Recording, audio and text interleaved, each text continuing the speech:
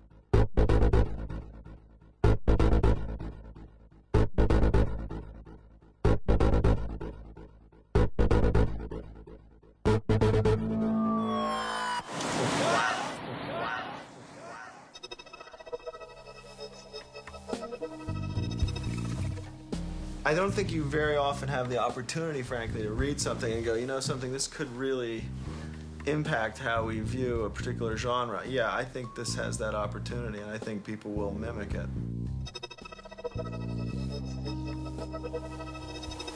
Here they come, ladies and gentlemen, from Chicago, Illinois, the Wachowski brothers!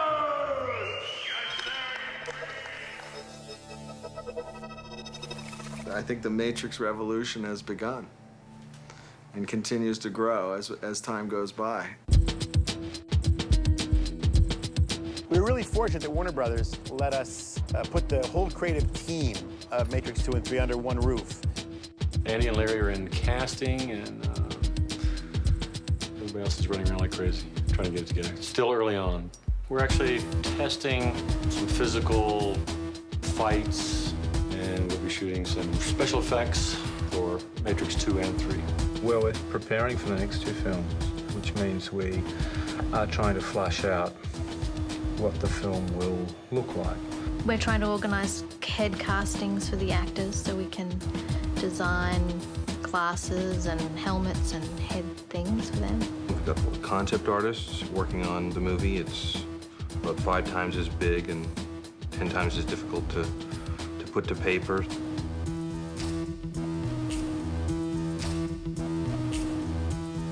Today we're training. It's the second week.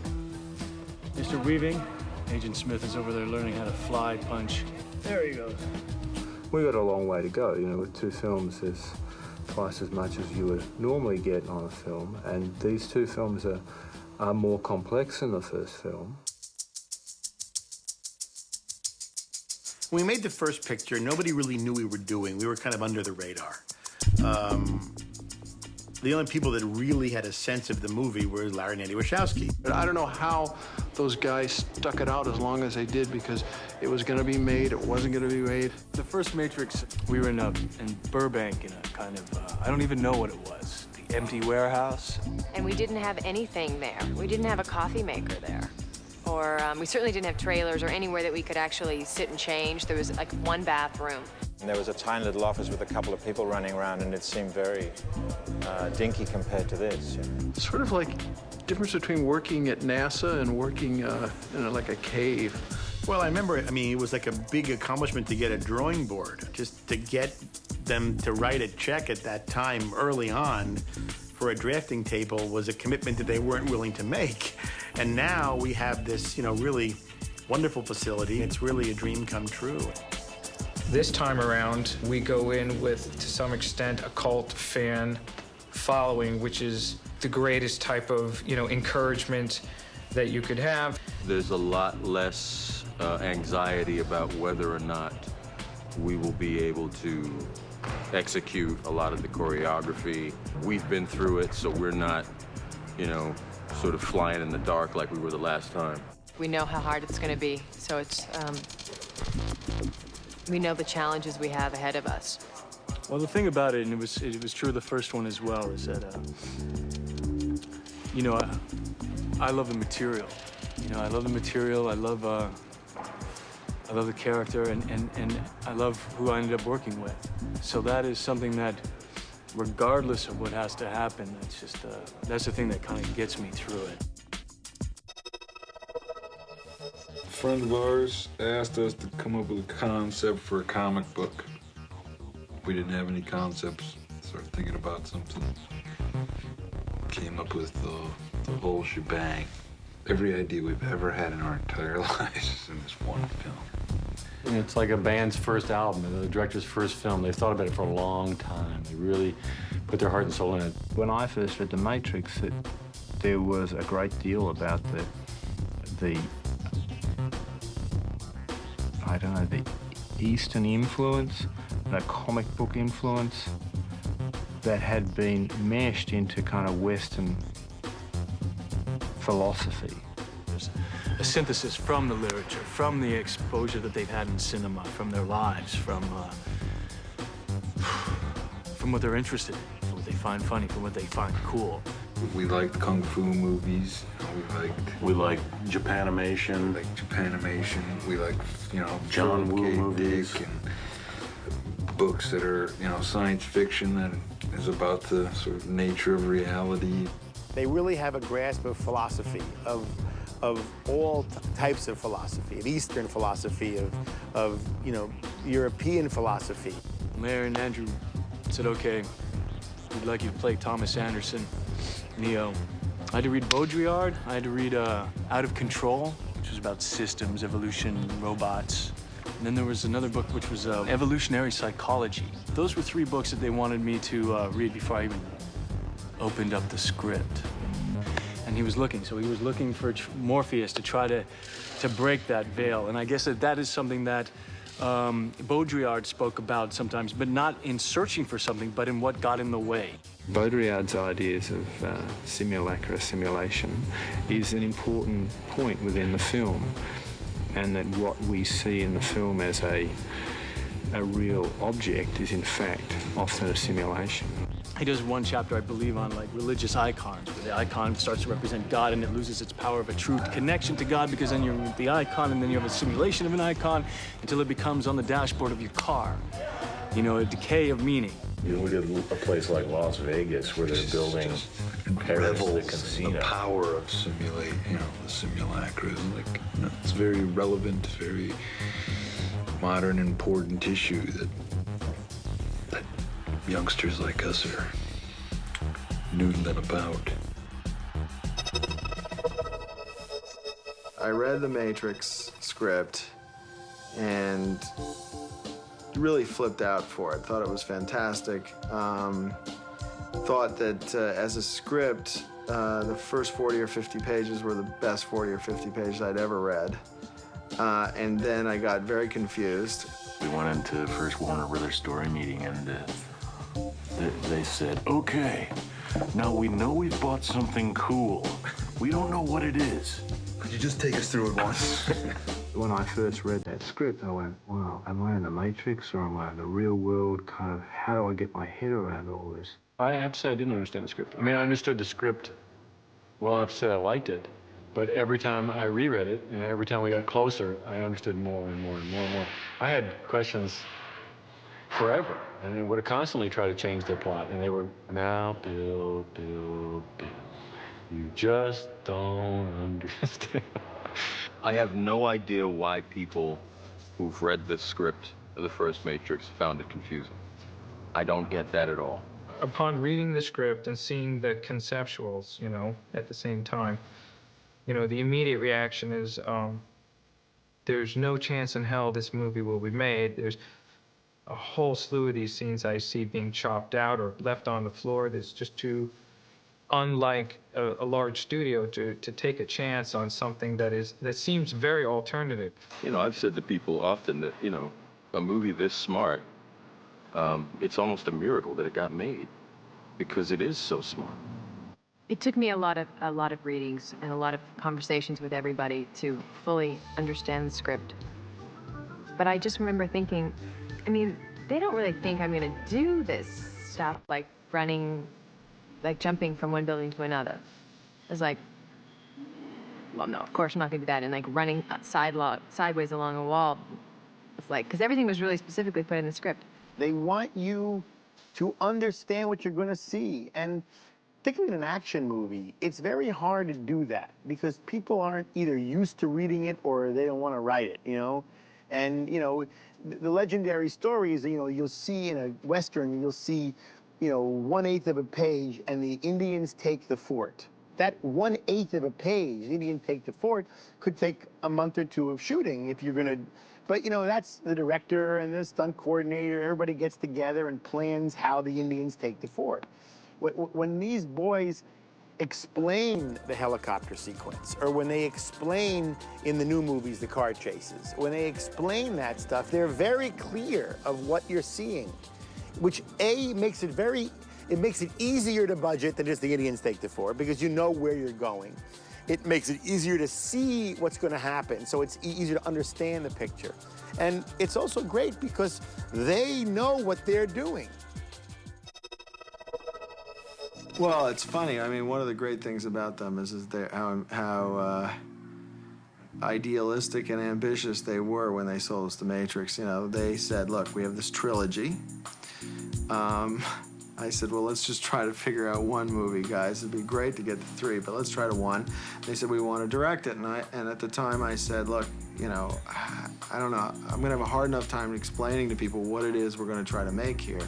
Now to try to sell you guys as first-time directors and this size scale with this kind of complexity, that you're asking too much of me, really. I don't know how to deliver that for you. So they wrote Bound. I'm trying to seduce you. Why? There was one scene in it, which was the sex scene, and they wrote in it, this is the sex scene, and we're not cutting it. And they wrote it in a script, and I like that. I like that it's funny, it's a little bit naive, and it's also tough. It was fun because it was a low-budget movie. We did the temp music ourselves. You know, we came up with stuff, and I cut it all in. And we really worked hands-on together very closely for a long time and created this little, what to me is a little jewel of a movie. I love Bound. I remember when I showed Terry Semel Bound, he was so impressed with it because they had just made a picture here called Diabolique that was not that effective. And I remember Terry said, God damn it. I said, this thing probably cost a fraction, he was talking about Bound, a fraction of our picture, and it's so much more interesting and exciting, and God, those guys are good. So that was the desired response. At the end of Bound, when we were totally exhausted, and I think it was our last day, they said, hey Pope, you want to do a $100 million movie next? I said, no, absolutely. I don't think you should do a $100 million movie, and even if you do, I don't want to do it. Because I know that the more money you have, the more heat rains down on you. How are these guys going to make the jump from a $5 million movie to a $65 million movie? And I was afraid for them. I kept trying to talk them into, let's do a $20 million movie. Let's do a $10 million movie. Let's work our way up. And they didn't listen to me, thank God. I remember thinking, well, that's a lot of money. Well, they went from Bound to this big movie, and I know Bound was so great, but you know, a lot of times it doesn't happen. Studios aren't that trusting with people. And after spending an hour with them going through the storyboards, I totally understood why someone would trust them. So few people understood the original script that they decided to storyboard the whole thing so they could explain it. Nobody really understood, you know, the level of the action or the level of detail that we wanted in the action sequences and the conceptuals. So what they really wanted to sort of jazz them about was, you know, the action sequences, which were, you know, like I said, very Hong Kong and comic book influenced. You know, comics are graphic type storytelling when you can freeze a moment and make an image that sort of sustains and, you know, has that kind of power. You can't really do that in film either. We tried to do that. They love comics, and they worked in the world of comics.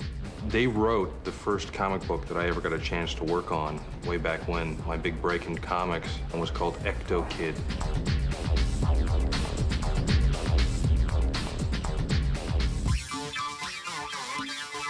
And I remember going and watching them do storyboards early on, and they would act it out. And they and the storyboard artists would look, this is the frame, and you could see they're drawing from life then. They're not drawing things that can't appear. They're there for every shot. I don't ever just get a script, sit in a room, and come up with a bunch of stuff and say, hey, what do you think of this? They go over every shot that they want.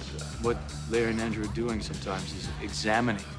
They'll take an idea and they'll see different sides and flip it around. Does it look like, and that's even what their camera does. Here's an event. What does it look like over here? What does it look like from over here? Well, this is neat. This is interesting. The immediate result of their comic background is that their storyboards were far more dramatic, and the moments that they select to actually draw, the snapshot in time, is often right on the head, the most maddening, the most, emotionally evocative. The whole notion of storyboards and what the Wachowskis do are just, there's no compatibility to that. These are paintings, they're master drawings. Jeff Darrow came aboard and did a lot of conceptual work. I only knew 2 comics of Jeff's before. One of them, a legendary comic, Hard Boiled, of course, and then Big Boy, which was not so famous, but Hard Boiled among comics people is pretty well known. I had Hard Boiled on my shelf like millions of other people, and all I could assume was that the man behind that was the most demented individual on the planet. I was expecting some guy, with, covered in tattoos and piercings. And I assumed he was, a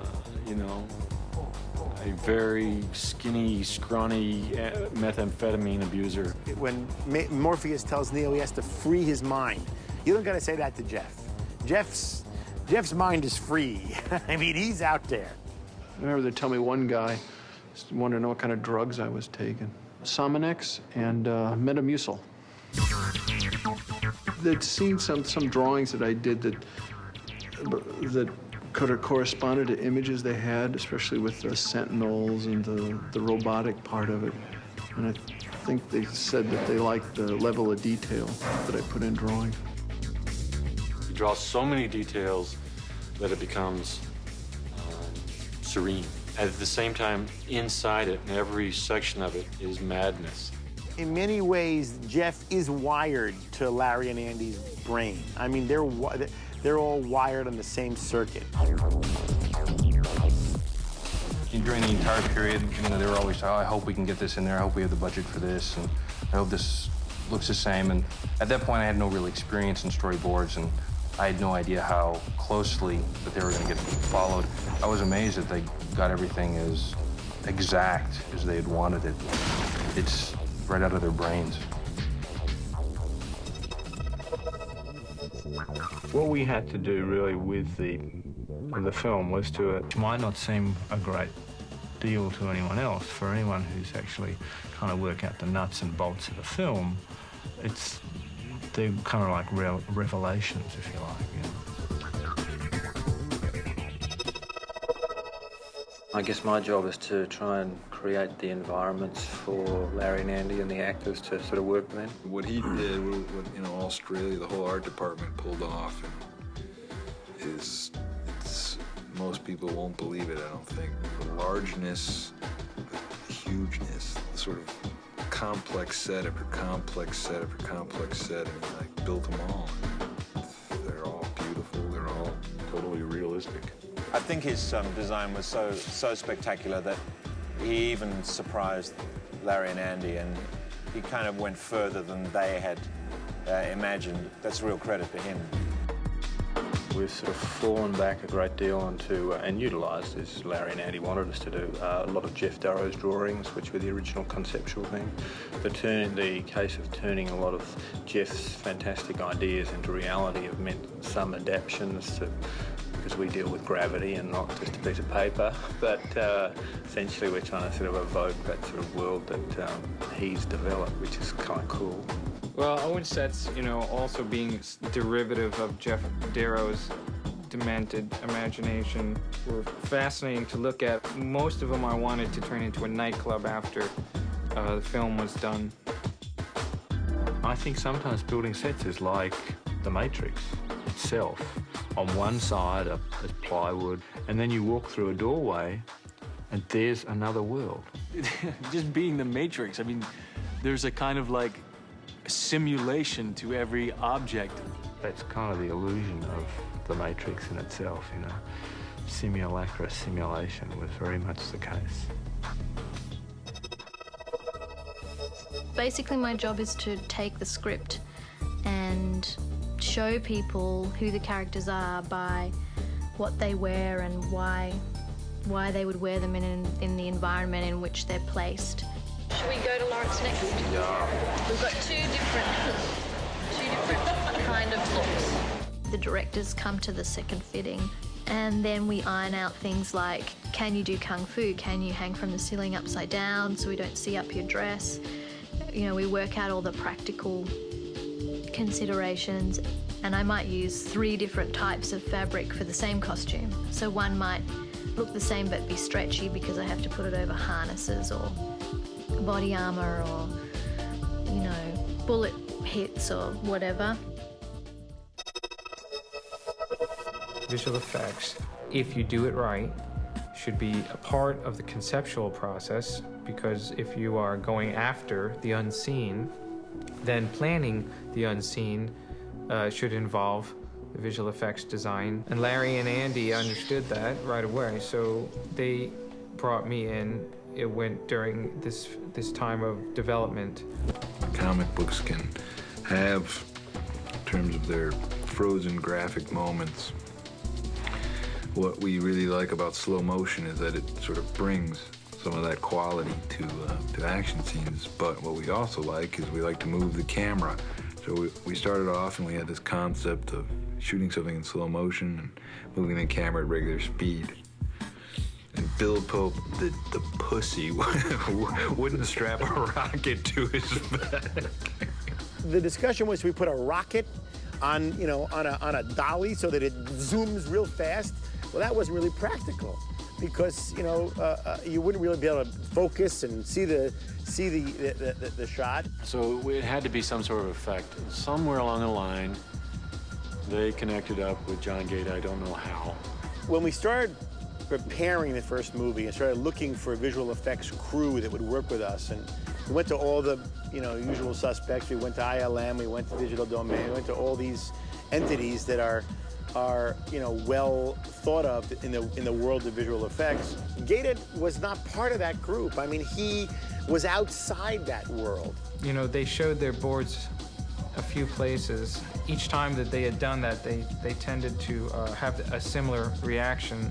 Faces turned white, or some proposal for a physical camera invention that would effectively end up with the camera exploding because it would have to move too fast. It would be, connected to a rocket sled or something like that in order to achieve their shots. John's idea was to replace it with hundreds of still cameras, so that's really what a moving image is 100 still images.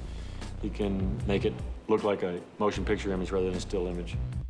Bullet time is basically like mind over matrix moment, or a moment where we can see, time in, the speed of light or the speed of sound. I remember the first test I saw was an exploding trash can, and he froze the flames and the explosion in midair and moved the camera all the way around it.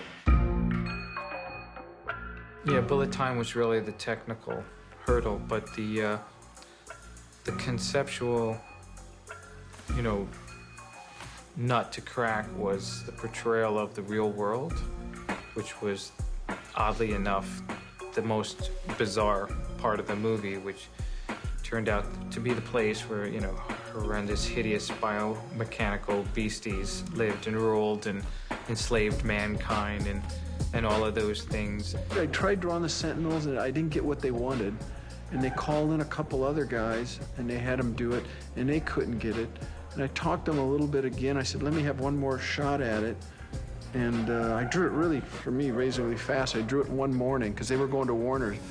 And they said, I got it. And that was the basis for what the Sentinels turned out to be. So I was real happy because I think they're like the villains in the movie, and it's nice to have a piece of that.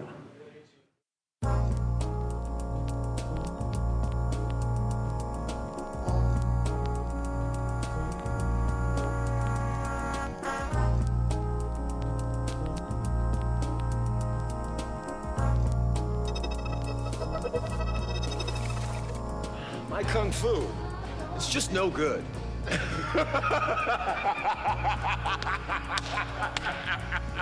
We're hoping to shoot the kung fu the way that Hong Kong guys do, which is have the real actors exchange 4, 5, 6 punches, to choreograph the fight like a dance, let it sort of happen in front of people instead of just creating it in the editing process. And that required all of the actors, all the 4 major actors anyway, to undergo some massively intense study with, we think, one of the best Hong Kong choreographers, Yuen Wu Ping. 同香港嗰啲唔同嘅，即係香港如果演員我哋即係平時拍一般動作片咧，即係演員打得梗係好啦，但係有啲演員動作做打啦，有啲演員未必打得嘅，做唔到嘅。通常我用替身嘅。 Larry and Andy kept saying to me, we want the actors to actually be able to do the kung fu. We want them to do it. You know, I would say to them, you know, what's the big deal? Let's get the people who can do the kung fu. But the boys were convinced that they wanted to see these actors doing those things themselves. Actors always bring more to the believability of it than a stunt person is, no matter how good they are. If you can raise the actors up to the level of the stunt people and the action, then you've got the best of both worlds. 開始兩兄弟 Ray 同 Andy 都已經識咗4個月嘅時間訓練㗎啦。即係我自己感覺上咧，就應該唔使係咪啊？應該即係2個月都已經好足㗎啦嘛。啊，可唔可以即係睇佢哋啲動作打拳一腳都唔似樣咧？我都頭暈啊！我經4個月都唔得。Sorry. We were very upfront with how demanding we thought the film was going to be. We were just hoping that someone would be crazy enough to do it. I had no idea what we were in for. You know, they said 4 months of training. I said, okay. When I first talked to Larry and Andy, they said, you know, there'll be lots of training, kung fu training, and are you okay with that? And I said, yeah, sure, that's no problem at all. And I guess I didn't really think about it enough. I totally knew because I screen tested for 3 hours doing this stuff. This was part of my screen test, was 3 hours of what we do, straight, without like other actors to have time so that I can have a breather. I'll tell you one thing, those first 2 days kicked my ass. After the first day, I was so shattered and so shocked, and I realized I was so unfit, and we had so much to do. And I was working with these incredibly skilled Hong Kong performers who were looking at me like, he'll never get there. 見到佢哋打一拳一腳都唔似樣嘅，我已經有少少暈暈地啦，係死啦啫，咪就決定從基本功學起啦。佢話基本功法咧，即係從開始腿功啊、壓腿啊、練腿啊。We started actually the last one on these bars. They had the bars, and you just kind of put your leg up. We would walk in and say, "Hey, Hugo, get your leg up." We'd all get our legs up. Get your leg up, Carrie Ann. Good morning, Keanu. Yes, get your leg up. And then you kick. Put some music on and you kick for about 45 minutes. We're kicking and we're kicking and we're kicking and we're sweating and you're sweating and you're grunting and you're going, ow, you know, and the next day you come in limping. You know, Keanu made this decision and went through what was arguably one of the toughest training periods for an actor in a modern film while he was recovering from surgery to his neck. Yeah, coming into the training for the first one, I'd had a 2-level fusion in my cervical spine. I was getting paralyzed. So I had the surgery done. And then it was just a waiting game, just to see if it would fuse. But it really hindered me a lot in training because I couldn't train kick for like two of the 4 months. It was devastating to like watch because I was always like, oh, like it hurt me to watch. 即係大頸鼓嘅時候咧，我知道條頸有時咧，我哋出完嘅時候，盡量唔俾佢做嗰啲大動作啊，出嚟嗰拳腳，即係盡量叫係壓腿開一字馬同埋集馬出拳啊，即係練嗰啲基本嘅嘢，即係唔俾佢太大動作喐嗰啲先。Wu Ping, the fight choreographer, was very nervous. And if you notice in the film, I don't kick that much. I do a couple of wire kicks, but I don't kick that much because I couldn't. The Chinese have this saying, you know, you pick a job you love, you never work a day in your life. We're all, I mean, we're playing out there together, you know. There's a lot of playtime that goes into this sort of hard work of the training process and the choreography and the fighting and all that. We have fun with each other. And Wu Ping is largely responsible for setting that kind of tone. He's second generation. There's such a wealth of knowledge and experience. Him and the people that he works with are great teachers and, you know, instructors. Yeah, well, we basically had the basic structure, the big broad structure of how we wanted the fights to work. And then he just would rough in the fight. He'd do some things, we'd see him, we'd decide what we liked, what we didn't like. What we have in mind was just being able to see the guys jump and hit. Jump and hit. In the two shot.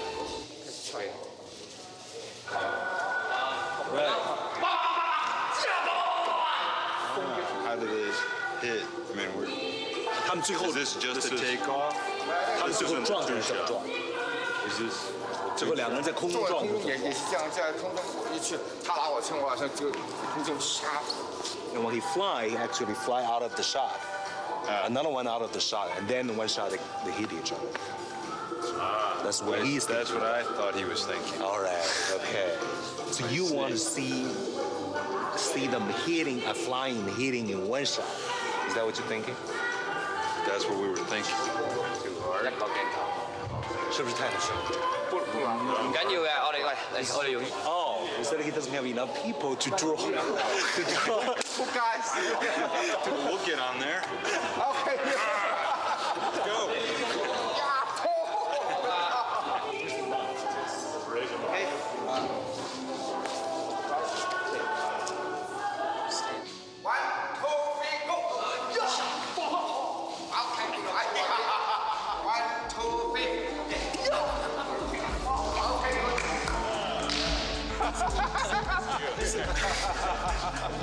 Both Wu Ping and the Wachowskis are working on the shots. It's all videotaped. It's all worked out where the camera goes.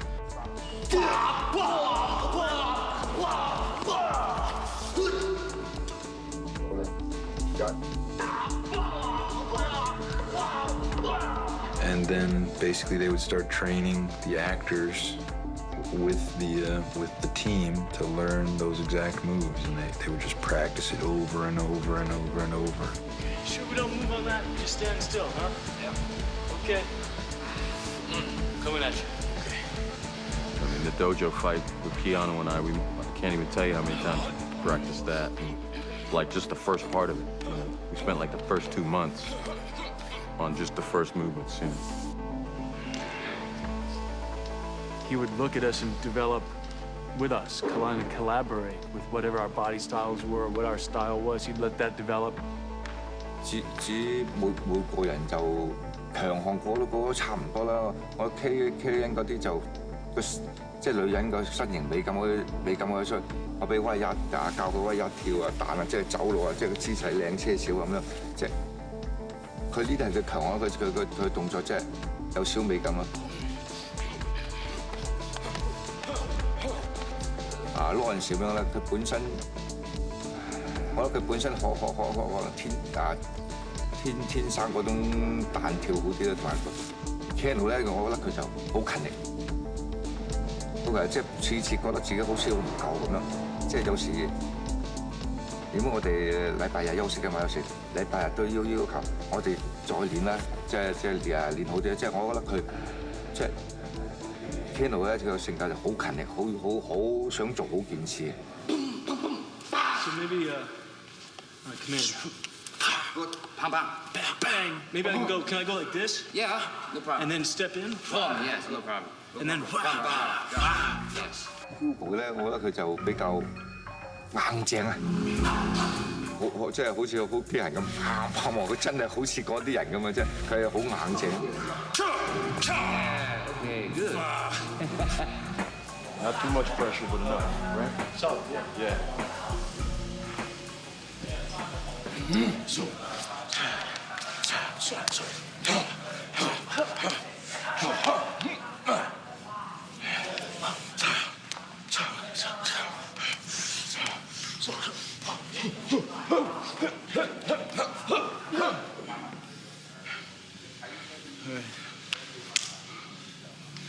That's clean. The American training. Oh, good. It seems ready to go to Australia. Well, yeah, I think we were ready. I mean, I know I was ready. Let's go. Let's go. Let's go.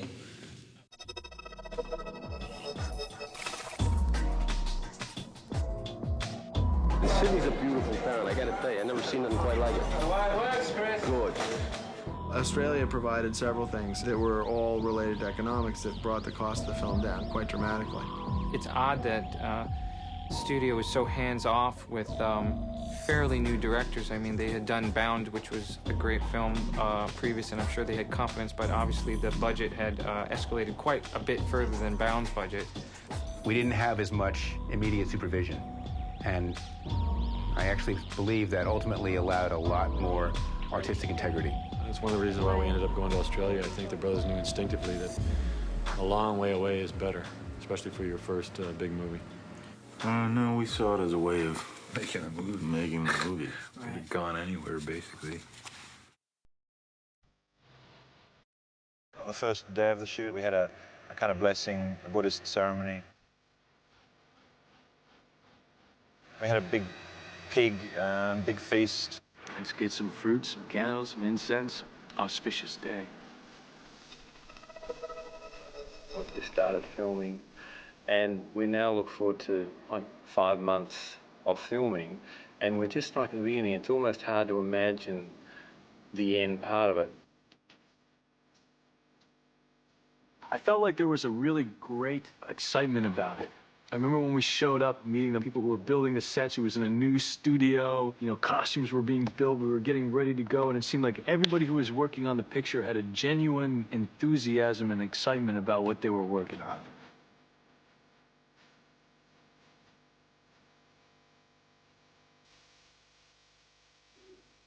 I was feeling really good, and then I got the news that my neck didn't fuse.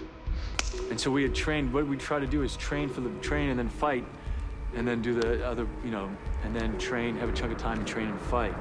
And so I was ready to go, and then they said, you can't fight. And I was like, yeah. We knew that his neck was injured, and the schedule was backloaded action-wise, so that in the beginning of the schedule, Keanu could do quieter scenes, and as he became more healthy, he could do the harder fighting scenes. Action.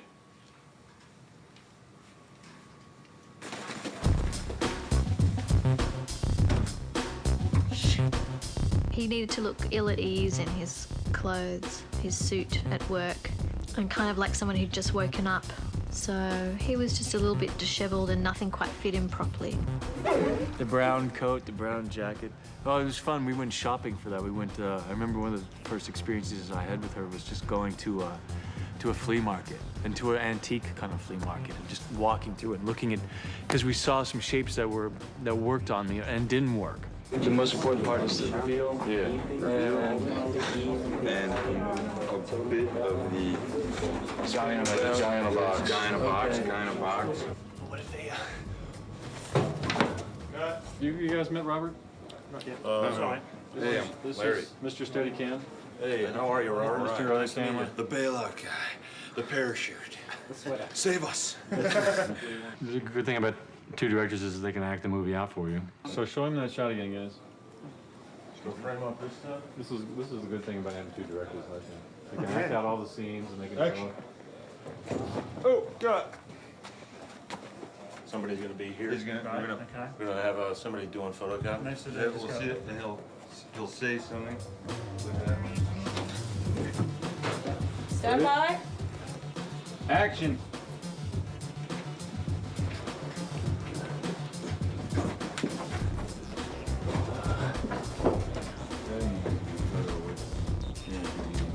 We figured a lot out, working with each other and how we're gonna make this picture. Cut. Perfect. Cut there.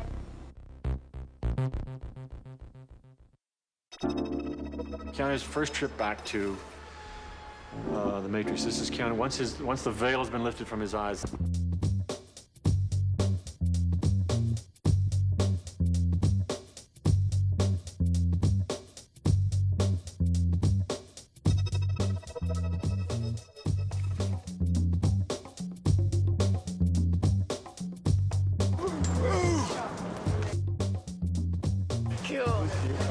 That was great. It's telling me not to worry so much, it's starting to worry me. What's the stop right now? What's going on? Okay, this is a Bill Pope light right here. The early days were terrible. It was physically debilitating to go up on top of all those rooftops. You had to get the gear up there. You had to bring the gear down. I was excited. It was, okay, here we are. How's this gonna happen? What are we gonna do? Can we do it? What's it gonna be like? I feel that it's gonna be good. Sometimes you gotta go with the flow. You know what flow is backwards. Keanu 同埋阿 Keanu 都每人一兩個鏡頭、三個鏡頭打，即係我感覺出嚟就好似開始嚟講，我感覺 Keanu 啲動作就仲係好生硬。I repeat, we are under attack. I remember the first thing I had to do in the Matrix was a fork kick. They were like, kick him in the head. I kick him in the head. I've been training for 4 months not to kick anyone in the head. Kick him in the head. Okay.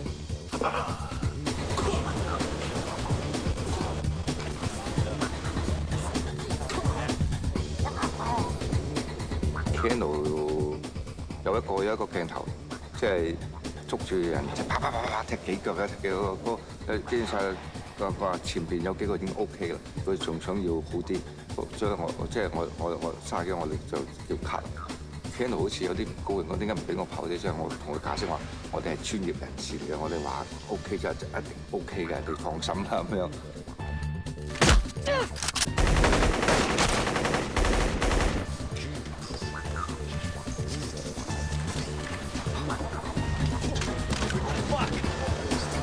I can go slower now, right? Fuck, that sucks. Action! Die!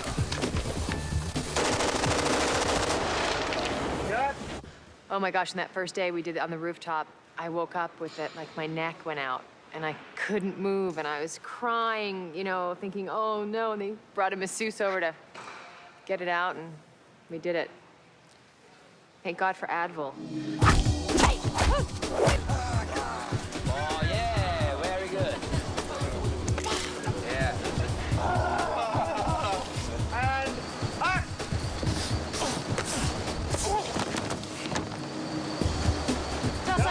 Terrible. No style. Trinity! Help! That sucked. There you go from the 150 to Trinity. Help. Are you on a piano? Yeah. Let him go down here. No. Just let him down. Yeah. Cut! Was it second? The second one was good. Yeah, it was okay. That was the best. Okay, so you got that one. Well, this isn't bullet time. This is bullet time action. That was the backup plan. We had not completed making the special rig that we knew we needed to do the real shot yet. We wanted to make sure that we could do that scene if the bullet time process didn't work. And we had all these rehearsals with stunt folks. You know, there was some rigidity about it, or there was something about it that just felt clunky, and we were really worried that Keanu would not be able to even go that far. We do one where he goes to and try to start back the other way. And all of his performances were much more fluid. That there was this extra like inertia, you know, emotional inertia that allowed him to stretch his body into that ultra limbo-like position. Yeah. This one's first? Gun?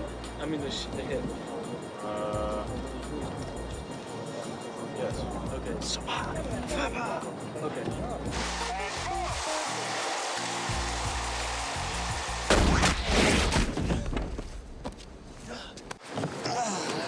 Okay. And you want this knee to come up? Yeah. Dodge this.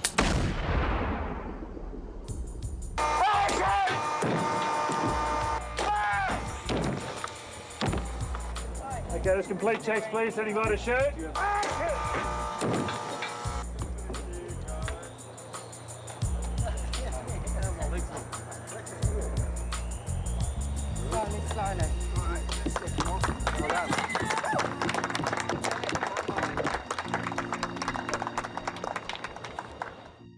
They'd been practicing for 4 months and suddenly see it work, and it was great. Great moment. Yeah! Forget the handstand. Ancient history. Be here now.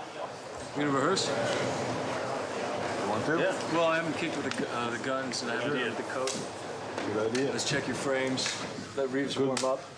We would do it. It wouldn't be good enough. They would talk. Then they'd come over and say, well, it would be, could you get it like this? And then we try again. That's the way it should be. You try it, you look at it, you do it, you talk. You know when to leave it alone, know when to keep going. I tended to not know when to leave it alone and to keep going. Hands. That's okay, right? Okay. American style. Good take. No, Kung Fu style is good. Well, I don't know, because I want super take. You know, what I called super perfect. He was the last to give in. He was the last to say, this is the best we're gonna do, and let's move on. You're gonna do better than that? Well, you have a good end. Actually, you have a good end here. You have a good Good. Yes. Yeah. Yeah. Okay. Well, let's try one more. Okay. He wants to try If you do one, you do two. Okay. You do one, you do two. Two more. He was a perfectionist, and he felt that there was something special about the whole experience, the whole picture, the whole everything, and he wanted to get it as right as possible.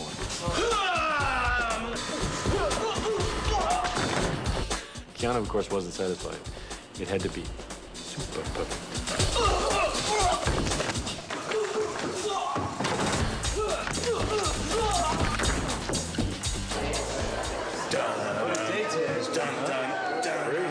It's been huge event film. And action!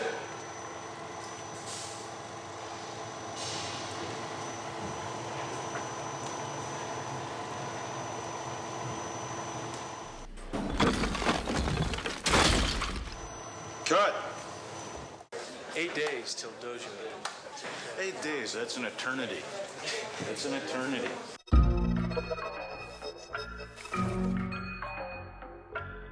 The idea was a traditional Japanese style building, or at least that influence set up for fighting. The dojo, in fact, had been built well before we actually were going to shoot. And because of the injury to Keanu Reeves' neck, we couldn't actually film that set. So the actors had rehearsed in it for about a month beforehand. This is the moment you've been waiting for! Oh, good morning. Here we are. We're actually going to do this. Day one of same one. Let's start. There he is. All right.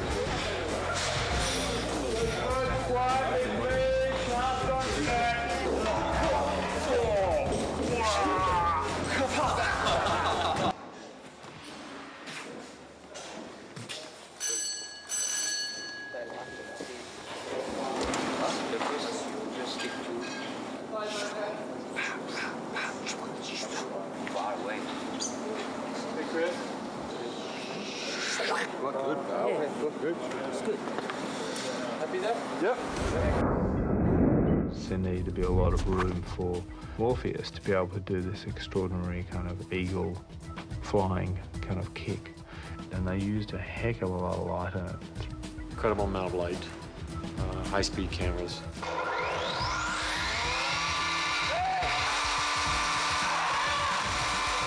There's this great moment Lawrence had in the dojo scene where he comes over to Keanu after he's sort of knocked him back. Fuck! And we could tell that Lawrence was, by God, he was into this thing. He starts coming at him.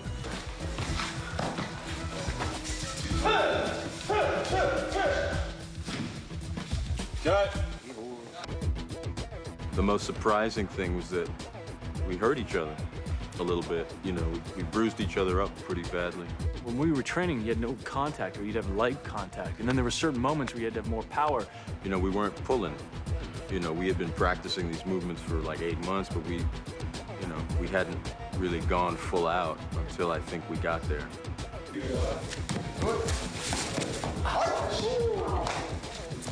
I was surprised by what happens when you smash forearms with somebody that hard, that often. There's a sequence where I fly over him, do a backflip, and land in front of him, and he turns and hits me. I got a pretty good sternum shot there.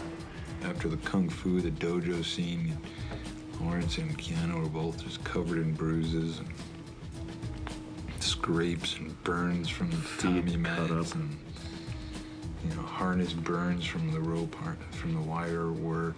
Hey, I just want to flip over, and I want to keep my hands in, and I want to kick back, and I want to tuck. Okay. Yeah, his body he's leaving from the spot that I'm stepping to make the sweep. Yeah, exactly. And action. Cut.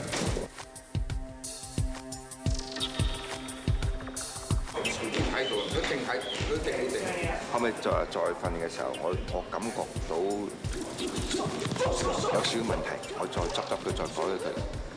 師傅教徒弟訓練，即係打佢對，發出啲啪啪練功，即係教功夫打到好傷嘅咁。我改咗啲少少，到滅口停，即係唔會打落去㗎啦。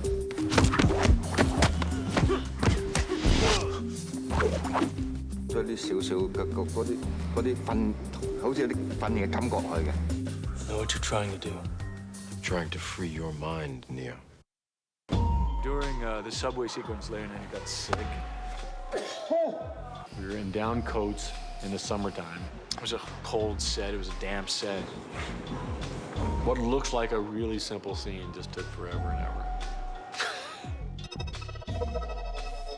The initial plan was, well, we'll go to a real subway station and we'll film. And then when you looked at what had to happen in this environment, it became kind of obvious that we couldn't shoot in a real subway. The set was fantastic. I think it was actually part of an old wheat storage facility. There was a real train track which they kind of built a subway station around. Hugo Weaving, relaxing at home. Now the gun's supposed to be at each other's. What are we doing? Directors! Yes! Okay. He's right here. Where do you want these things? Just go up to like an inch away. Oh. So don't put it to his tongue. Right. Like that. Yeah. Okay. Yeah, that area. Yeah, that's good. What does it look like right against his head? Just do that. Okay, that's pretty good. Action. You're empty. So Good one. Cut. When we were shooting the subway scene, we had to really contact each other, really kick each other, really punch each other. There was major contact happening. Hugo. Cut. And after the dojo, I realized that how we train and how we film are two different things because you have to have contact. And we had to start hitting each other. You couldn't just fake it because with the way they were shooting, you had to hit. Yeah, I just want to drop that. I'm going to drop this much. Oh, no. Okay.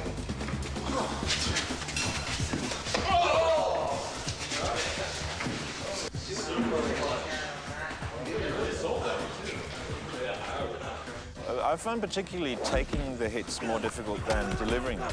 When you're taking hits, you feel like, well, between that hit and that hit, I want to actually get in another one. So I found that more difficult.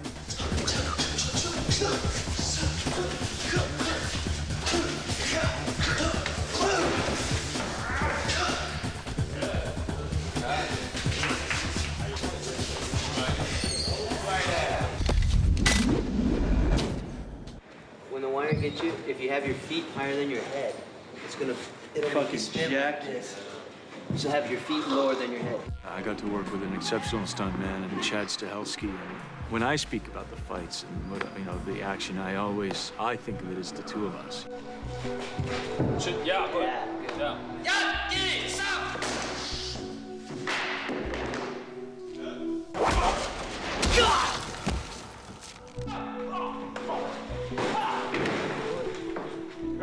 I think that Chad comes in for when there's situations where you don't put an actor. You don't put an actor slamming into a wall, upside down and drop 10 feet. Chad did the upside down hit, and then after that, he had to do the ceiling hit where the subway's coming, and Smith is on top of him. What happens when they came down, the other stunt man, I guess Chad was on the bottom, and landed on the one knee, and I think his knee broke, and his shoulder, tore ligaments in his knees, dislocated his shoulders, broke some ribs.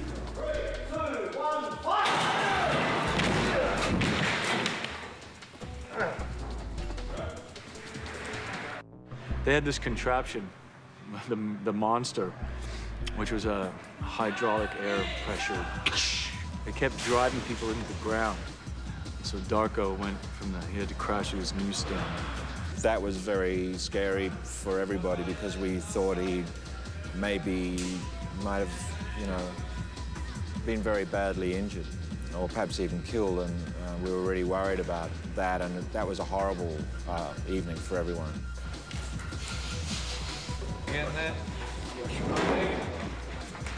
Fortunately, right toward the end, it was Larry's birthday, and his parents came, and sort of the fog lifted for a couple of days, and we managed to get out of there.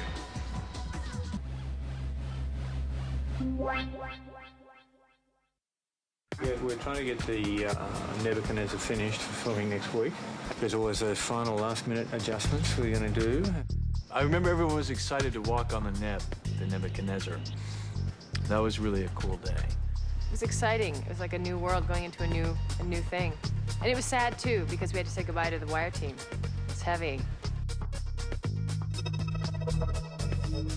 In the Neb, it's crawling with sort of Jeff Darrow sort of technology, which almost has this organic quality. It's this sort of industrially gadgety jungle, cables and everything.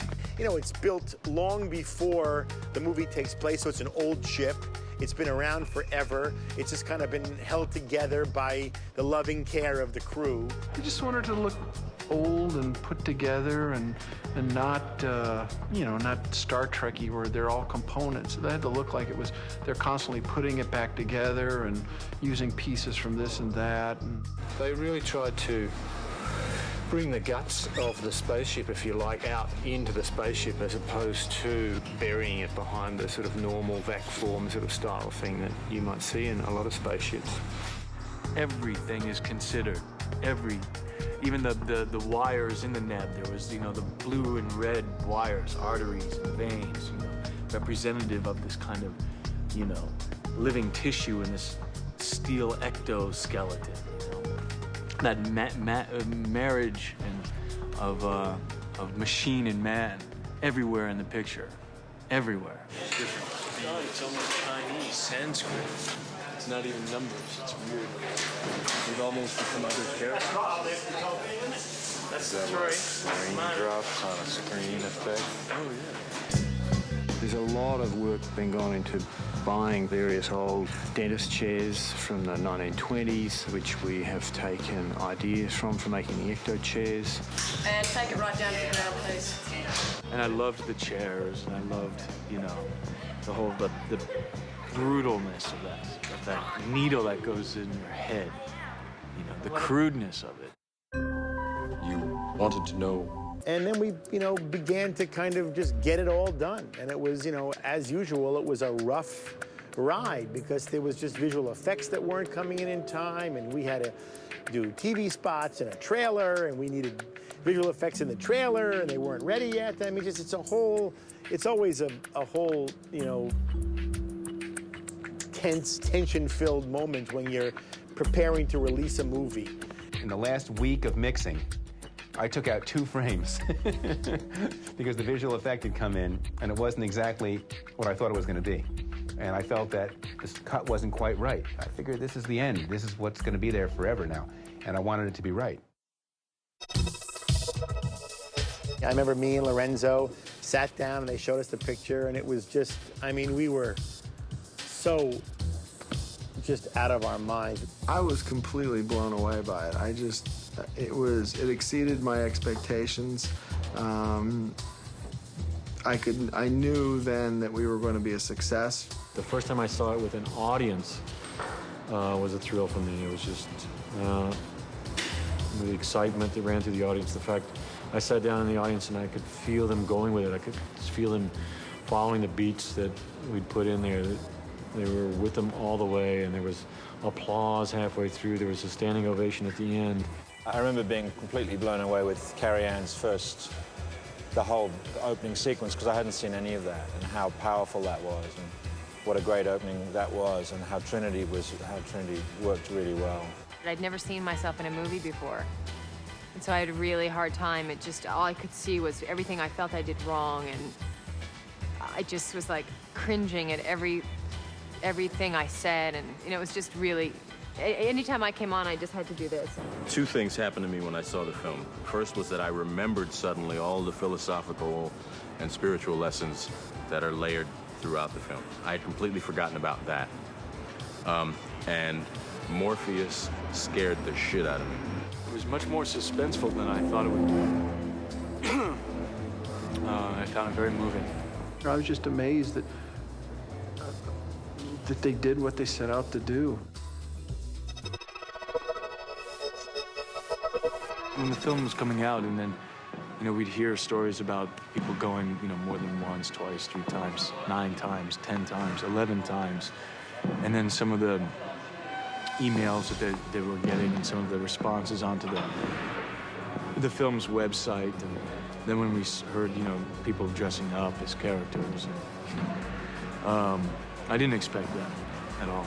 Oh yeah, I ran into people who are complete Matrix freaks. The Hollow stuntman I just worked with, who just recited every line of mine back to me all the time, and I couldn't believe they'd seen The Matrix so many times, and,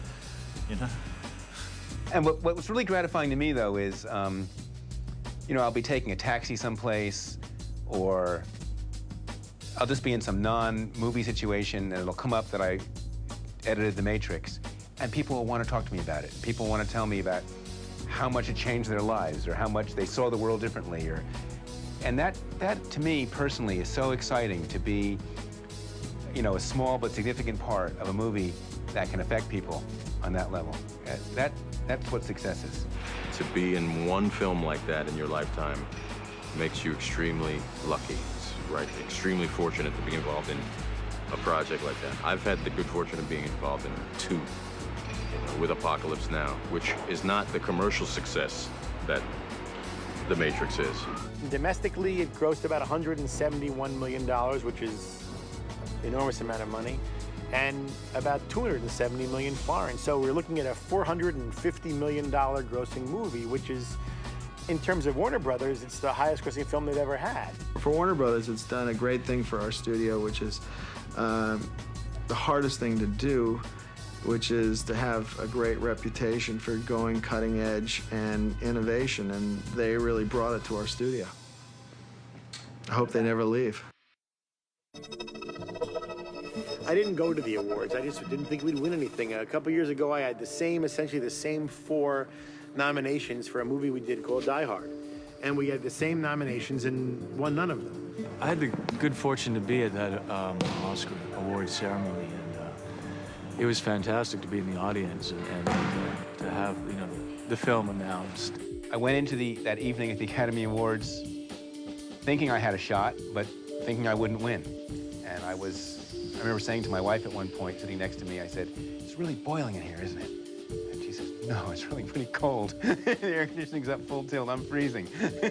Getting the award was completely Matrix-like unto itself, just because, you know, you walk up there and none of it seems real in any way, and you're looking at these lights, but then you go through the curtain, and it's exactly like leaving the Matrix and going into the real world. It's just you go through these curtains, and everything's all black. There's all these people dressed in black, you know, tuxedos, with wires and gaffer's tape everywhere. It was just this completely, like, rigged, dirty, crazy world. It looked exactly like the world that the people in the Neb lived in, you know? Whereas up there on the stage was this manufactured world that I got to be in for a moment. So that parallel was almost too much for me. It was almost a total breakdown. It was sad that at least I think Bill Pope and Owen Patterson both at least should have been nominated for it. I mean, if you believe in awards or not, but I thought they should have at least been nominated for what they did. I wish we'd gotten more nominations. Maybe we would have won more awards, but it won awards across the board. It won awards in England. It won all the crafts in LA. The sound people gave it an award. The editing union gave it an award. It was just a miracle that it worked so well. The idea is that we're going to make both these movies, Matrix 2 and 3, at the same time. It's not as if we're shooting them back to back, because it's one giant movie that will then be cut in half and they'll be shown in 2 sittings. Everybody calls these things sequels, but from the first time when we were working on Bound, and Larry and Eddie told me about The Matrix, they always thought of it and presented it as a trilogy. And so these next 2 movies are the second and third parts of a trilogy, by which it's really important to see the difference, because these movies will be able to you'll be able to watch all 3 movies together and see one big story. It's the same antagonist, it's the same heroes, but you might as well call it Matrix Squared and Matrix Cubed, because I think those are the levels it's going to. The Matrix was an undertaking. This is a super undertaking. Now we got to hide things and got to be careful, because people are constantly looking over their shoulders. Because there's a lot of stuff in the movie that, if it gets out, it'll ruin. It'll probably get out eventually, but I just hope it doesn't, because it'll just ruin the surprise. It's been a very difficult task to mount these movies. I mean, they're enormously expensive, which is always an issue. And of course, Larry and Andy are doing things that are groundbreaking again. I could jump right to the chase and tell you, you know, that we're going completely over the top from where we were before, because, you know, the technology is there now to go for the next level. There's stuff in this movie that nobody's ever done or seen, and it's just, as much as I liked the first one, when I read the second one, I thought it was better than the first one. Then when I read the third one's better than the second one. So, I mean, they're gonna be tiring, because they're just so amazing. There's so much stuff to take in.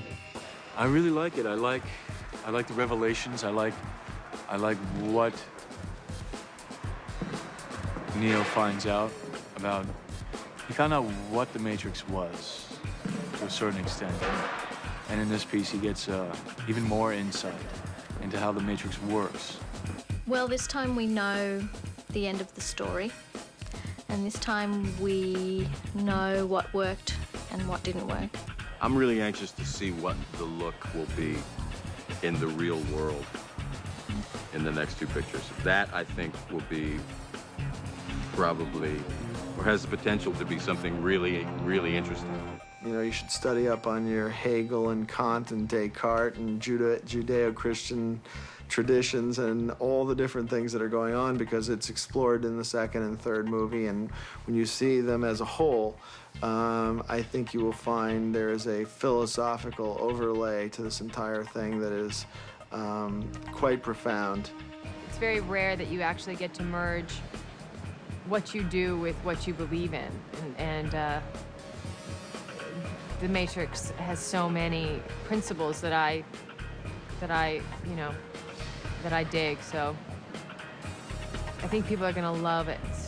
5 kicks this time. 5 kicks. Last time was 3. Last time they wanted 3, but I said 4. This time they said 5, so I don't know what we're gonna do. I might have to do this. No, I don't know. We'll let you know. To be continued. The end.